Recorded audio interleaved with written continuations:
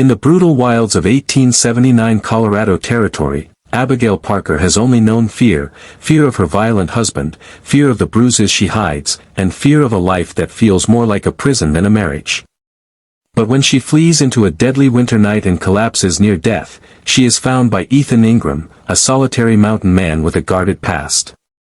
As danger closes in and her husband's mysterious death throws the town into turmoil, Abigail must confront betrayal, violence, and hidden truths. Yet in the midst of chaos, she discovers something she never expected, a chance at love and a new beginning. The winter winds of the 1879 Colorado Territory cut through the small mining town of Rust Creek like a knife, carrying with them whispers of hardship, survival, and untold stories buried beneath the snow-dusted pines. For Abigail Parker, those winds carried something else, fear. Fear of the man she had married out of desperation, Frank Parker, a man whose cruelty grew like a sickness. Each passing day made her feel smaller, more trapped, more certain that the life she was forced into would eventually kill her. What the townsfolk saw was a quiet wife who rarely lifted her gaze. What they did not see were the bruises beneath her sleeves or the terror that clung to her like a second skin. One bitter morning, while gathering supplies at the general store, Abigail collided with Ethan Ingram, a broad-shouldered former Union scout who had carved out a solitary life in a cabin several miles outside town. Ethan was known for his calm strength and steady presence, yet what caught him most was the fleeting look in Abigail's eyes, a mix of fear and plea, as if she wanted to speak but couldn't. Ethan didn't pry. He simply offered a gentle nod. But that moment planted a seed that would soon change both of their lives. Frank Parker's violence escalated as the winter deepened. His temper, worsened by alcohol, erupted over the smallest things, a burnt biscuit, a misplaced tool, a simple question. One night, after Abigail dared to defend herself, Frank lashed out with a rage so blinding she genuinely believed he meant to kill her. Bleeding and desperate, she fled into the night, the cold biting into her skin as she stumbled through the snow. She didn't know where she was going, only that she needed to disappear before Frank found her. Her strength finally gave out near the tree line as the world dimmed around her. The next thing she remembered was waking in a warm cabin, wrapped in blankets, a fire crackling nearby. Ethan Ingram sat beside her, nursing a mug of coffee, his eyes filled not with pity, but with concern. "I found you half frozen," he told her softly. "You're safe." For the first time in years, Abigail felt the unfamiliar stirrings of safety.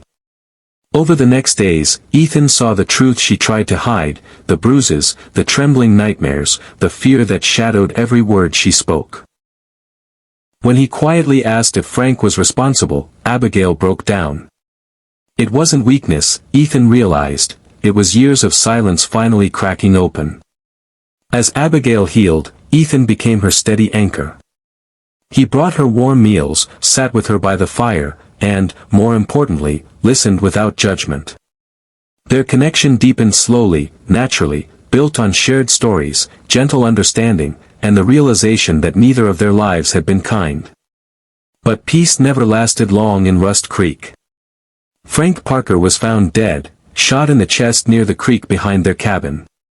Rumors exploded through town.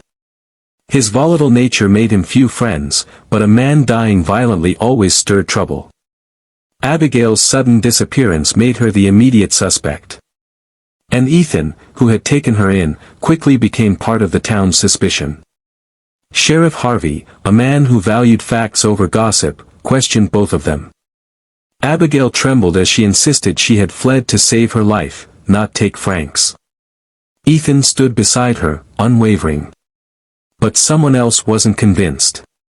Caleb Turner, Frank's drinking partner and a man who owed Frank money, pushed a darker narrative, that Abigail had run off with Ethan, killed Frank, and tried to cover it up. Caleb's accusations fueled the town's unease, but Ethan sensed something deeper, a desperation in Caleb's eyes whenever Frank's debts were mentioned. As threats grew, Ethan took Abigail further into the mountains for safety. The isolated wilderness became their refuge. Days filled with chopping wood, cooking simple meals, and quiet conversations brought them closer. Abigail, who once lived in constant fear, found herself laughing again, smiling at small things: sunset over the pines, Ethan's clumsy attempts at baking, the quiet comfort of shared evenings by the fire. But danger crept closer. One night, Ethan discovered footprints outside the cabin, fresh, deliberate, circling like a predator studying its prey. Caleb Turner had found them. The truth unraveled with brutal clarity. Frank had confronted Caleb over the debt he was owed. In a drunken rage, Caleb had shot Frank, panicked, and fled. To protect himself, he shifted the blame onto Abigail, assuming no one would believe a battered wife over him. But Caleb wanted more than a lie. He wanted Abigail gone, permanently, so she couldn't expose him. When Caleb finally attacked, sneaking through the woods with murder in his eyes, Ethan met him head-on. The struggle was fierce: brutal fists, snow flying, the crack of a rifle. But Ethan overpowered him, holding him at gunpoint until the sheriff arrived. With Caleb's confession, Abigail was cleared. The weight on her chest lifted, slowly but profoundly. When they returned to town, Abigail expected whispers, judgment, or pity. Instead, she found something surprising: compassion. Women from the church brought blankets. The storekeeper's wife hugged her gently.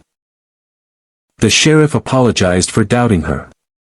But the most important moment came later, when Ethan led Abigail back to his cabin, not as a fugitive seeking refuge, but as a woman with choices. "You're free now," Ethan said softly, voice thick with emotion. "Free to build a new life, wherever you choose." Abigail looked around the cabin, the place where she had first felt safe, where she learned to smile again, where her heart had slowly awakened. She stepped closer, her voice steady. "I choose here. I choose you." Their love didn't burst into flame, it grew like dawn, warm and gradual, chasing the darkness from their lives. Together, they rebuilt what had been broken. Abigail planted a small garden in spring. Ethan added a second room to the cabin, with a window that overlooked the valley. They took long walks through the forest, spoke of dreams they once believed were impossible, and slowly stitched together a life filled with peace. Abigail's past would always be a part of her, marked by scars both seen and unseen. But she learned something stronger than fear: resilience, hope, and the courage to love again. And Ethan, who once thought he was meant to live alone, found that his heart had simply been waiting for someone who needed it as much as he needed her. Through betrayal, danger, and the harshness of frontier life, they found a truth deeper than the mountains surrounding them. Sometimes the greatest new beginning rises from the ashes of the darkest past. And together, Abigail Parker and Ethan Ingram embraced a future shaped not by fear, but by love, healing, and the promise of brighter tomorrows.